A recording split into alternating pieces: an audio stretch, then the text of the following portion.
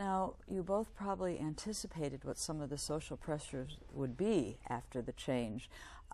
Were they, in fact, what you expected, or were they different, worse, better? How did that turn out for you? I think for me, it turned out probably about how I hoped it would. Mm-hmm. I was worried, of course, that nobody would like me and all those things. I would lose family and things. But my family has been very supportive. The friends that were important to me stuck by me, and they were actually excited for me, and they followed me through the process. And we kind of had some little games going on around it, just to kind of make it palatable for everybody and all that. And I just I am very delighted with the way things worked out. I had a few people that dropped out of my life, and I just kind of look at it as like, how much energy were they really worth putting into trying to save them, as opposed to doing what I needed to do to be authentic. Sure. How about you, Amanda? In the years that I had in my career, I watched a couple of other people go through transitions, and I watched how they were ostracized and really made a victim by their peers, and that scared me off for many, many years. So I did not have really high expectations.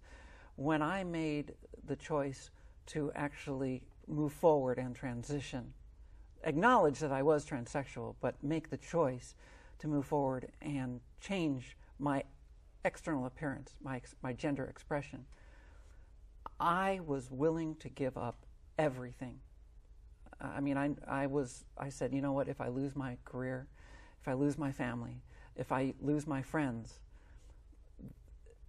it's that important. I need to move forward, because otherwise I could potentially lose my life. Because I have had friends who, unfortunately, have lost their lives because they've taken them because they just couldn't deal with the issues and the pressures. So I was quite relieved that so many people stuck with me. Sure, I lost some friends, but my family is with me. Many of my friends, I'm still in the same career. Matter of fact, I've actually, in the last several years, made incredible advancements. So to some extent, it's actually been quite rewarding personally for me, let alone just the freedom to be who I am. It was important to move on. You must have, I'm just guessing because that's the best that I can do, but you must have both felt somewhat like strangers in your body. Is that how you would describe it? Or that's how I'm imagining it when you were... Not so much a stranger in my body, but just really uncomfortable, and knowing that there were things going on in my body and things that were parts of my body that I just would just as soon not have been there.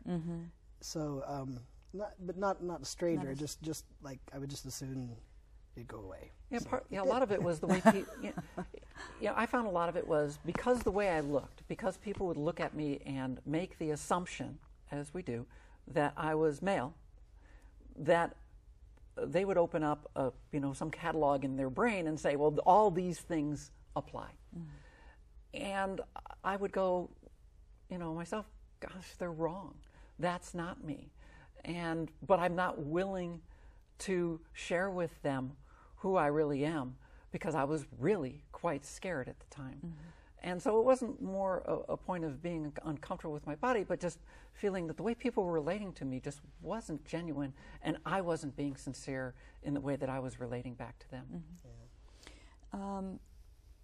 If you could point to a group of people or a subset, where did you have the biggest problem, the biggest issues after the change in terms of discrimination or maybe ridicule or whatever it is that people choose to express their discomfort with what you've done? I'd love to be able to come up with a group of people and categorize them so that when I, quote, saw them coming, I knew I could just stay clear of them and not deal with the issues. But it wasn't. It was a smattering of people from lots of different backgrounds. I work with a lot of people in the military, and my customers at the time of my transition were Air Force and Navy officers, flag officers, and they were very accepting and supportive. I've had some administrators that I work with, secretaries and such, who have been very supportive, but then some who have had issues when I was using the restroom. I've had some coworkers who just refused to work for me anymore but others who really wanted to work with me because they saw that my courage would help them in their careers because I was willing to press forward on important issues personally, and that those might also apply to my career and things that I would do professionally, and they wanted to be behind me. So I couldn't identify a group, but I don't think it was really that many people. I think for me, because I came out as a lesbian in the late 70s, early 80s during the lesbian separatist movement. And so and if you know anything about that culture, it was very anti-male. So for me to then suddenly say, after 20 years of living in that community, oh, guess what? I'm gonna be a man now. That didn't go over so well with a lot of folks. And probably in my circle of friends, those are the people who had the most trouble dealing with it. And interestingly enough, I probably had more problems with folks in the gay, lesbian, and bisexual community than I did with my straight friends, which I'm sure there's lots of reasons around that, but that's what I've experienced. I was talking to a friend about this upcoming show and mentioned, the topic and everything, and he's gay, and he said it makes him uncomfortable to be around transgender people, and he said he'd feel very uncomfortable, and I said, I'm just guessing, but I think it's because you're in the same larger group, and for some reason, because I don't feel uncomfortable, I know lots of people who don't feel uncomfortable, so it's the same as if I'm watching a woman on stage and she makes a gaffe and it's another woman, and so I go, uh-oh, and you identify with. But do you think that's a correct assessment of why to describe his discomfort? Because he's a very liberal, open-minded person. What I see this often because, and I think it was typified in the 70s, where transsexual people were held up as the ultimate gay or lesbian. I mean, if you were really, really, really gay, then you had to go and change your gender. Or if you're, and you had to become a woman or you had to become a man.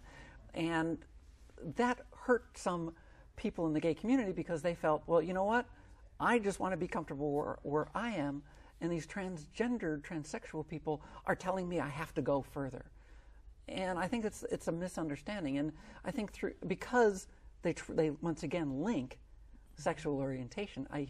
who you're attracted to your gender identity, which is what gender you believe you are upstairs. And I think once people learn the education and meet people on an individual basis, like a one-on-one conversation, then they usually get by it really quickly.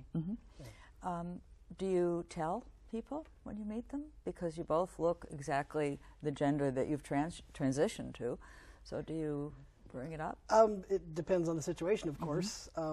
Like when I was dating before I met my partner, sometimes I would try to kind of get a feeling of who the person was and what their politics were before I could feel safe doing that. Other times, if it's relevant, yes, I'll tell them. If it's not relevant, they don't need to know. Yeah, I mean, I look at it as when you meet someone, the first thing out of your mouth isn't, this is what religion I follow or what part of the country I grew up in, even though our voice or accent may disclose such things. It's something that if there's a personal connection and a need to go there, sure, I don't have a problem with it. But it's not the first thing out of my mouth. It's not like, beware, the person you're talking to has transitioned their gender. It just doesn't really matter. If I'm sitting at the gynecologist's office, then yes, I'm going to tell the gynecologist that yes, I need a pap smear because I'm transsexual.